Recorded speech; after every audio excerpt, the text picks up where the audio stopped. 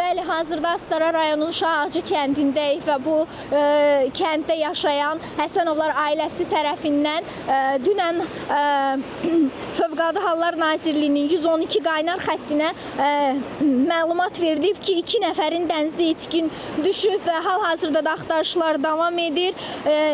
Həsənovlar ailəsindən olan hər iki əmioğlu Həsənov Turan, Həsənov Ağadədə. Hal-hazırda onlarla bağlı hər hansı bir məlumat yoxdur. Burada su polisindən və Lənkəran su polisindən və gördüyünüz kimi Fövqəladə Hallar Nazirliyinin kiçik həcmli gəmilərə nəzarət və sularda xilas etmə Dövlət Xidmətinin dalğıc xilas ediciləri axtarışladılar.